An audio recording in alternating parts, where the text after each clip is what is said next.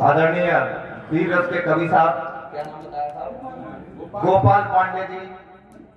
पांडे इन्होंने बड़ा जोर से बोला है क्योंकि मैं भी मिश्रा हूं। तो मैं यहाँ पर कहना चाहूंगा कि वीर रस की कविताएं ऐसी सुनाई हैं कि जो लोग लो ब्लड प्रेशर की दवा खाते होंगे, उनके डॉक्टरों के पेट पे लात मार दी उन्होंने, आज वो दवा नहीं खाएंगे, इतना वीर रस आ गया उनके अंदर। अभी हमारे आदरणीय मंच संचालक महोदय आदरणीय लठ जी ने कहा कि ये बच्चा बहुत इतिहास रच रहा है, ये बच्चा इतिहास रच रहा है। शायद इसके घर वालों ने भेजा होगा कि आप इतिहास रचो, मैं भूगोल रच लूंगा।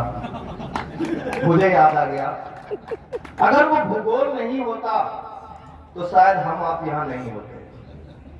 अगर वो भूगोल की रक्षा ना कर रहे होते तो शायद हम आप यहाँ कभी सम्मेलन नहीं सुन रहे होते, कहीं आकाश पिंड में एक तारे की तरह चमक रहे होते, हमारे अंदर जीवन नहीं होता।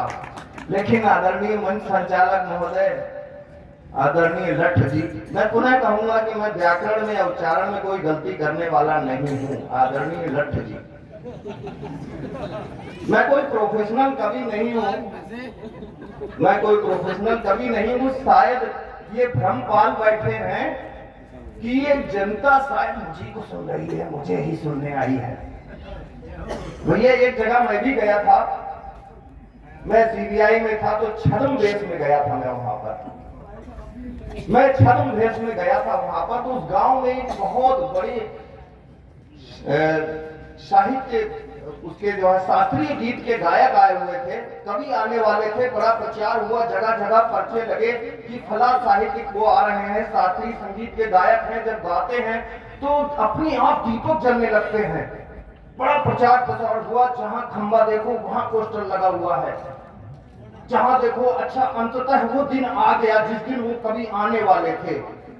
लोगों ने बड़ा उत्सुकता थी कि कौन कवि आने वाले हैं, कैसे दीपक जलेगा, मैं ये देखूंगा, मैं ये देखूंगा, मैं ये देखूंगा। बहुत भीड़ एकत्र हुई।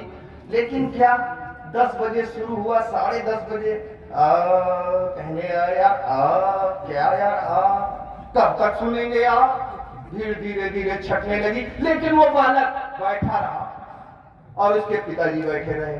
लोगों ने कहा क्या भाई, सब निकल गए, ये बैठा हुआ है, आ करें तो वो भी आ करें। कुछ देर इसी तरह से गुजरता रहा, वो आ करें, वो आ करें, वो वाह करें, वो आह करें, चलता रहा। राष्ट्र में वो कवि महोदय उनके चरणों में गिर गए कि आप महान हो, मेरे राग के आप कदरदान हो, मैं आपके चरण पकड़ना चाहता हूं। क्या भैया, मुझे तो कोई आपके राग में कुछ समझ में तो आ नहीं रहा है, ना मुझे इसकी कोई जानकारी है। ये माइक और ये दरी मेरी है, तुम हटो तो मैं अपनी ले जाऊं। बहुत बहुत धन्यवाद। मेरे पास में 105 6 गांव की रक्षा का दायित्व भी है और मुझे बेसन के बदले सूजी भी देनी है, मुझे बहुत काम है। मैं सभी से हाथ जोड़कर प्रार्थना करता हूं कि मेरे पास थोड़ा समय कम है, लेकिन मैं कम किसी से नहीं हूं, समझ।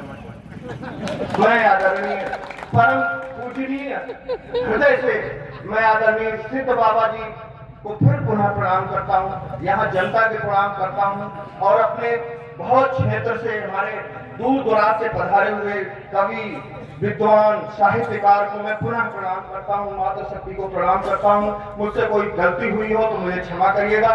और हमारे आदरणीय लठ जी को मैं पुनः खाली हाथों से प्रणाम करता हूँ। बहुत बहुत धन्यवाद, पूरा प्रणाम, धन्यवाद बहुत।